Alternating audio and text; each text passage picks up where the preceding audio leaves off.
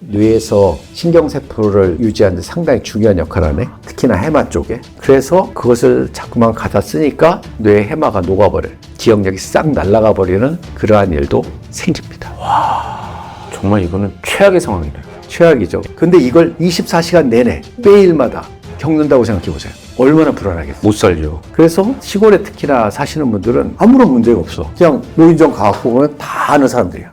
그냥 놀고 집에 와. 여러분의 구독, 좋아요는 영상 제작에 큰 힘이 됩니다. 저는 고려대학교 안암병원 뇌신경센터의 센터장으로 있는 박건우입니다. 신경센터장으로 계시니까 신경과 관련된 모든 거를 다 책임지고 계시는 거죠? 그것은 이제 병원에서의 보직이고요. 예. 제가 원래 관심 있는 것은 뇌 부분이고, 특히나 이제 뇌에 나이 들어서 생기는 여러 가지 병들, 치매, 파킨슨병 이런 것들을 주로 전공하고 있습니다. 그러니까 그쪽만 이제 특화해서 하고 계시면 지금 몇 년 되신 거죠? 치매나 파킨슨병 본 지는 한 30년 됐죠. 어마어마한 업력이십니다. 자, 그럼 오늘 치매에 대한 모든 걸 박 교수님을 통해서 알아보도록 하겠습니다. 자, 먼저 치매를 한번 정의해 주시죠, 깔끔하게. 의학적인 정의를 말씀을 드려야 될 것 같아요. 어차피 이제 의학에서 다루는 거니까. 치매는 인지 기능이 떨어져서 일상생활을 못하는 상태. 이렇게 정의합니다. 어렵죠. 네. 인지 기능이 뭐냐면 사람이 사람답게 사는데 필요한 능력이에요. 뇌의 아주 높은 고위 기능이죠. 그러니까 우리가 말, 언어로 소통하는 거, 남을 배려하는 거, 계획을 하고 그것을 실천하는 거, 그리고 남의 의도를 캐치할 수 있는 능력, 그리고 계획이라는 얘기를 했지만 계획을 하는 데 있어서 차곡차곡 계획을 쌓아야 돼요. 전반적인 것을. 이런 것들을 다 할 수 있는 게 동물보다는 사람에 필요한 능력이죠. 생활을 하는데 필요한 능력이라는 거예요. 생명이 왔다 갔다 하는 병이 아니고 그분의 생존이 왔다 갔다 하는 병도 아니에요. 그런데 그러한 아까 얘기한 능력이 떨어지면 어떻게 되겠어요? 다른 사람하고 생활하기가 매우 힘들어요. 그래서 그러한 인지 능력이 떨어져서 결국에는 일상적인 생활을 못하게 되는 거. 기억력, 판단 능력, 수리 계산 능력, 공감, 지각력 이런 것들이 소위 인지 기능입니다. 그러면 듣고 보니까 진짜로 생명이 왔다 갔다 하는 위급한 병은 아니지만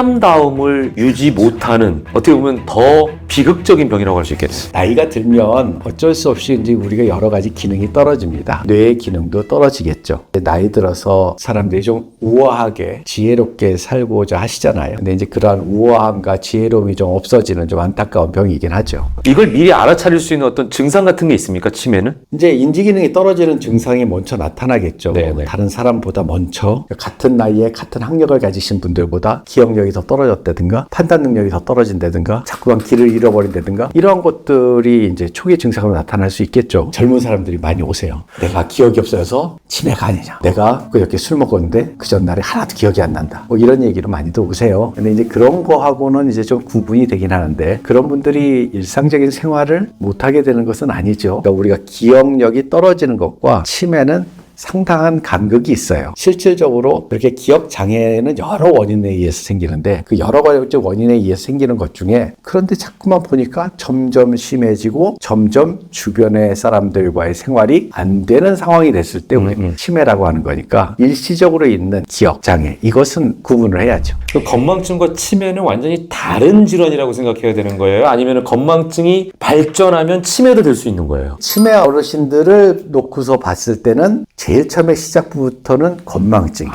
그런데 건망증인 분들을 놓고서 쭉 차우면 아주 극히 일부만 치매. 그래서 우리가 건망증만 있다고 해서 치매를 생각할 필요는 없어요. 그럼 왜 건망증이 생기느냐를 찾아봐야죠. 건망증이 있다고 치매로 스스로 생각하고 스스로 나락으로 떨어질 필요는 없는 거예요. 우울증에 빠질 필요 없어요. 기억력이 떨어질 수 있는 이유 중에 가장 많은 것은 젊은 사람들은 너무 과다한 정보량이에요. 그러니까 머리에 넣어야 될 것들이 너무 많은 거죠. 그러다 보니까 주의 집중이 안 되고 산만한 상태가 돼서 뭐 하나 집중이 안 되니까 그 부분에 대해서 관심 있는 사람이 물어봤을 때 분명히 알았었는데 분명히 들었었는데는 하는데 정확하게 머릿속에 남아있지 않은. 그렇지만 이런 것들은 정보량이 너무 많아서 생기는 거기 때문에 정보량을 적절하게 줄이면 됩니다. 그러면 뭐 본인의 기억에 아무런 문제가 없어요. 그리고 외부적인 원인으로 이제 머리를 다쳐서 기억을 잃는 경우도 많고요. 그리고 또 술 같은 것도 블랙아웃이라고 해서 그냥 필링 끊겼다고 하는 그런 상태도 기억을 떨어뜨릴 수가 있고 또 이제 우울증 같은 것도 기억을 떨어뜨릴 수가 있어요. 우울증에 빠지면 주변에 대한 관심이 없어지거든요. 그럼 주변에 있는 사람들이 뭐라고 얘기를 했는데 본인은 그렇지만 하나도 들은 게 아니에요. 그렇기 때문에 나중에 물어보면 네가 언제 그랬어? 이런 얘기를 할 수가 있는 거죠. 사실은 젊은 분들이 이러한 기억장애가 있다고 그랬을 때는 사실은 치매보다는 아까 얘기한 여러 가지 그런 것들을 먼저 생각을 해야 되고, 아무 그런 것들이 없는데 나이가 들어서 점점 능력이 떨어지는 상태가 됐을 때 우리가 한 번은 이제 생각을 해봐야죠. 그럼 혹시 치매 연령은 나이가 어려지고 있다고 볼 수 있나요? 뇌에 병이 생기고 치매 증상을 일으킬 수 있는 병은 뭐 7, 80여 가지 정도 된다고 그럽니다. 그런데 대부분이 나이 들어서 생기는 병이 뇌를 병들게 해서 치매 증상을 나타내기 때문에 아마 젊은 사람 경우에 매우 드물고요. 보통 60대 정도 되면 100명 중에 1명 정도, 70대가 되면 10명 중에 1명, 급격히 높아지네요. 80대가 되면 4명 중에 1명, 85세가 넘어가면 3명 중에 1명. 즉 이건 노화하고 아주 밀접한 관련이 있다라는 거죠. 지금 치매의 가장 많은 원인 중에 하나인 알츠하이머병. 이건 명백하게 첫 번째 원인이 뭐냐 그러면 노화예요. 뇌의 노화. 나이 들어서. 나이가 들면 분명히 위험성은 증가됩니다. 그래서 젊은 사람들보다는 60대 이상부터 우리가 지금 얘기하는 여러 가지 인지 능력이 떨어지는 것에 대해서 관심을 갖게 되는 거죠. 그럼 지금 저희가 이제 뭐 100세를 넘어서 120세 시대라는 말을 하잖아요. 사람이 사는 수명은 길어졌는데 뇌는 거기에 따라가지 못한다고 볼 수 있는 건가요? 사실 제가 대학교 다닐 때 이런 치매라든가 이런 걸 공부하겠다고 그러면 주변에서 말렸어요. 그렇게 희소한 병을 보냐고. 그러니까 우리가 급격하게 노인 인구가 늘어난 거죠. 옛날에 60세 넘으면 환갑잔치 막 박수 쳤잖아요. 요즘 환갑에서 박수 치면 혼나죠. 70대도 출순도 잘 안 해요. 안 합니다. 8순 창피하다고 하고 9순 정도 돼 조금 사셨구나. 그게 얼마 안 됐어요. 2, 30년 사이에 변한 거예요. 근데 2, 30년 사이에 뇌는 어떻게 됐을까요? 똑같은 건가요? 아니 뭐 그때 태어난 사람의 뇌는 똑같죠. 지금 저희 나라 같은 경우는 지금 7, 80대 되시는 분들이 고생을 진짜 많이 하신 세대예요. 일제시대에서부터 시작을 해서 제대로 우리나라가 진짜 못 살았던 시절, 전쟁을 겪었던 시절, 거의 못 먹고 못 배우고 자랐던 시대. 이런 경우에는 이제 원래 기본적으로 뇌의 발달이 매우 떨어질 수밖에 없고, 근데 생명은 오래 살릴 수 있는 기술이 발달되니까 이분들이 오래 살다 보니까 아까 얘기한 병적인 노화가 생길 확률이 높아지는 거죠. 그래서 우리나라에서 자꾸만 갑작스럽게 치매 환자가 늘어나는 것 같이 느껴지지만 이제 장수 국가가 됐기 때문에. 그럼 이게 치매가 많이 생긴다고 해서 이게 비극적이다라고만 생각할 건 아니네요. 지금 말씀을 들어보면. 아까 뭐 85세 이상의 3명 중에 1명이라 했지만 한 분은 병이 들어서 2분은 건강하신 거예요. 90대가 되면 그래도 생각보다 달라지는 게 더 늘어나지 않습니다. 그러한 병을 겪었었던 분들은 다 돌아가시고 도리어 점점 90대, 100세 때 가면 어려운 과정이 싹 빠지고 남은 인구가 계시니까 그분들은 비교적 명석하고 잘 판단하시는 그러한 분들이 생존해 계신 거죠. 어쨌거나 그 시기를 넘기고 그때까지 생존하신 분들은 비교적 건강하다. 치매는 건강하셨어요. 넘어갔다 이렇게 볼 수 있는 거네요. 100% 그런 얘기는 아니지만 그래도 우리가 보면은 80대, 90대 됐을 때 많이 돌아가시잖아요. 그 시기를 넘긴 어르신들 보면은 100세가 돼서 참 건강하세요. 그리고 아주 지력도 반짝반짝 하신 분들을 많이 보게 됩니다. 네네. 내가 그래도 이 정도까지는 자각했을 때는 반드시 병원을 가라. 뭐 이런 조언은 어떤 걸 해줄 수 있을까요? 그래서 사실은 이제 뭐 많은 분들이 기억력이 떨어진다고 해서 오고 그 기억력을 주변에서 판단할 때 여러 가지 상황들을 잘 따져봐야 되는데 네. 남편하고 왔어요. 남편 되시는 분이 기억이 없다는 거야. 기억이 없는 이유는 내가 그렇게 중요하다고 얘기한 것을 하나도 기억을 안 해. 근데 이건 우리나라 대한민국 국민의 대부분이 있는 증상들 아니에요. 여성이 뭐라고 얘기했는데 남편은 이러고 있어. 안 들은 거예요. 못 들은 것이 아니라. 근데 그런 것을 치매라고 생각하시는 분들도 없지 않아 계세요. 근데 그건 아니고 외국에서도 연구 논문을 했는데 제일 확실하게 나온 얘기는 뭐냐면 저 사람이 변했네. 예전에 그 사람이 아닌 것 같아. 이런 얘기. 진짜 똑똑했던 사람인데 왜 저러지? 뭐 이런 거예요. 저 사람이 저런 실수를 안 할 사람인데 저런 실수를 하네. 이런 것들이 주변에서 자주 들려올 때. 본인은 모르지만 가족들도 사실 잘 모를 때도 있어요. 근데 오래간만에 봤는데 저분이 어떻게 저런 모습을 띄우고 있지? 이런 것들이 외국에서는 가장 중요하다고 보고요. 우리나라 분들은 또 무지하게 예민하세요. 조금만 기억이 이상해도 다들 병원으로 모셔오시거나 지금 이제 치매 안심센터라고 있어요. 거기서 검사를 다들 하세요. 검사지가 정확한가요? 검사지가 정확하냐는 것은 의학적으로 꼼꼼히 따져보면 아니지만 그러더라도 선별검사라고 그래서 우리가 지금 보통 검사지라는 건 선별입니다. 그러니까 위험도가 높은 사람을 건져내는 데는 효과가 있고요. 그런 분들 안에서 이제 제대로 된 검사를 하시는 것이 경제적이죠. 나라로도 경제적이고 본인으로서도 경제적이고. 예전에 우리 뭐 대장이나 위 같은 경우는 암이 워낙 많으니까 정기검진이라는 걸 받잖아요. 시기도 정해져 있고. 네. 혹시 이거는 시기가 정해져 있는 건 아닌가요? 우리나라도 국가검진에 인지 기능을 체크하는 항목이 있습니다. 그런데 이제 이게 주관적이거든요. 기억력이 깜빡깜빡 하신 적이 있냐고 물어보면 안 그런 사람이 없잖아. 그냥 그날 기분에 따라서 안 좋은 거로 체크하면 갑자기 치매 위험도가 빵 높은 곳으로 나오는 거예요. 그래서 이제 이런 주관적으로 본인 스스로가 체크하는 것보다는 검사자와 대면해서 체크하는 인지기능 검사가 훨씬 더 정확성이 높고, 그리고 이제 요즘은 여러 가지 바이오 마커라고 하는 그 병이라는 것이 있는 것을 확인할 수 있는 방법들, 이런 걸 이용해서 그 사람의 증상이 어디서부터 왔는지, 기억이 깜빡깜빡했는데 MRI를 찍어보니까 뇌의 기억을 담당하고 있는 곳이 작아졌다. 그럼 이 사람은 알츠하이머 병에 의해서 기억이 떨어졌을 가능성이 높으니까 거기에 대해서 대비를 해야 되겠다. MRI 찍었는데 다 정상이고 전체적으로 기분을 보니까 너무 우울하다.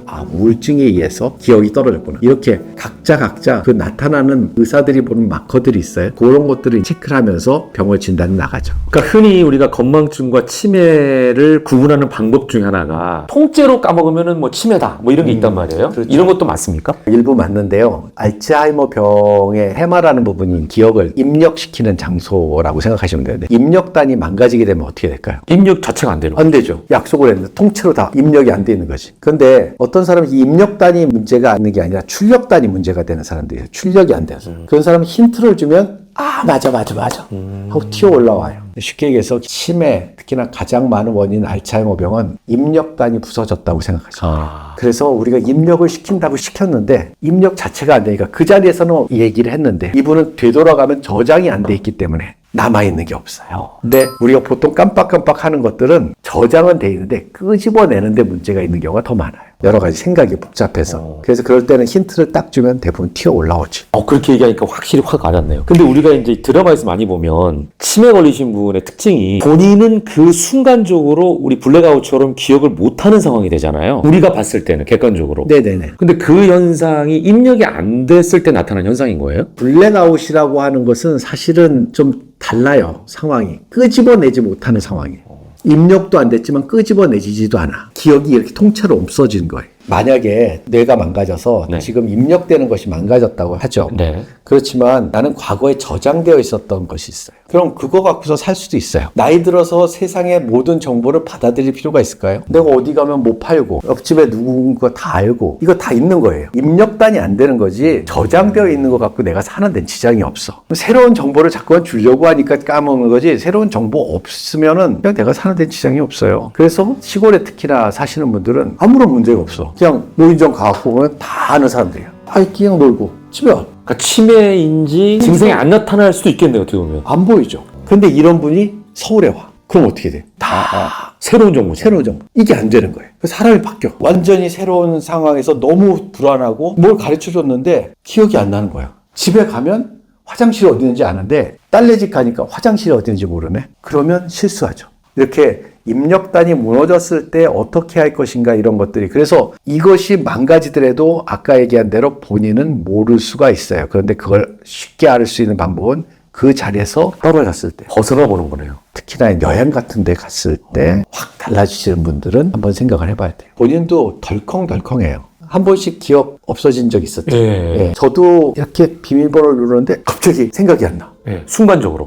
그럼 어때요? 당황스럽죠. 엄청 당황스럽고 불안해요. 근데 이걸 24시간 내내 매일마다 겪는다고 생각해 보세요. 얼마나 불안하겠어요. 못 살죠. 그래서 치매 어르신들이 아무런 스트레스를 안 받고 있는 것이 아니라 엄청난 스트레스를 받고 계세요. 그래서 우울하고 사람들하고 만나려고 하지 않고 뒤로 빠지고 이러한 모습을 띠게 되죠. 더 많이 망가지게 되면 이제 그걸 인식 못하는 시점도 있지만 많은 사람들이 치매는 본인은 모르는 그런 병이다라고 생각하는데 그건 아니에요. 본인도 알고 너무 속상해하세요. 해마하고 치매가 직접적인 관련이 있는 거예요? 해마는 특히나 기억과 관련되어 있으니까 기억력이 먼저 떨어지는 치매인 경우에는 해마부터 작아져서 전체 뇌가 줄어들어요. 그렇지만 뭐 전두축두 치매라는 또 다른 유형도 있는데 그건 전두엽과 축두엽이 먼저 작아지고 전체적으로 뇌가 작아지는데 어떤 포인트에서 먼저 더 병리가 시작이 되는가, 병의 원인을 일으키는 물질이 어디에 더 많이 축적이 돼서 그쪽 세포를 더 많이 죽이는가, 이것에 따라서 이제 조금씩 나타나는 표현형이 좀 달라요. 해마는 술을 많이 먹으면 또 이제 해마가 망가지잖아요. 알코올성 치매, 뭐 알코올성 건망증, 치매로 발전될 가능성이 좀 높겠네요. 술을 먹은 사람과 안 먹은 사람의 차이를 본 논문이 많아요. 많이 먹은 사람도 많이 걸리고 또 너무 안 먹은 사람도 더 걸려요. 이건 뭐냐면 이 사람은 소셜 아이솔레이션, 소위 사회적으로 고립되어 있는 사람들과 접촉을 안 하는 사람들이 있기 때문에 이런 게 나오지만 분명히 술을 많이 먹으면 치매로 걸릴 확률은 안 먹은 사람보다 높아집니다. 그건 맞아요. 자꾸만 술을 끝까지 드시겠다고 그러면서 그래도 좋은 술이 있느냐 뭐 물어보시는 분들이 있는데 독주보다는 와인 같은 것들이 도움이 되고요. 왜냐면 와인 자체에 뭐 여러 가지 항노화 물질도 있고 그렇다고 그래요. 그리고 이제 일단은 배가 부르니까 많이 안 드시고 또 이제 와인 문화라는 게 통째로 안샷하는 분위기가 아니라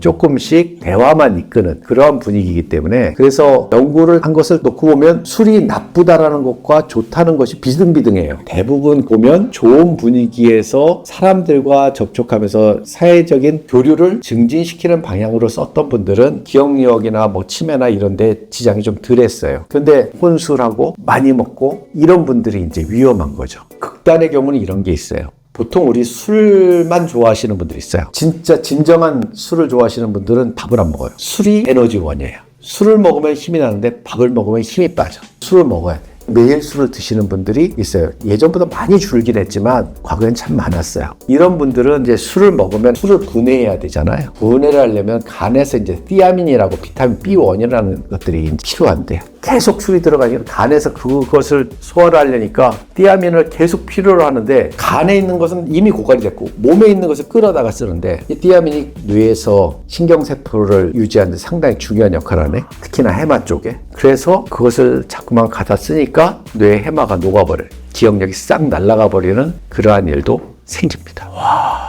정말 이거는 최악의 상황이네요. 최악이죠. 오로지 술만을 위해서 하면 분명히 치매는 걸립니다. 네, 맞아요.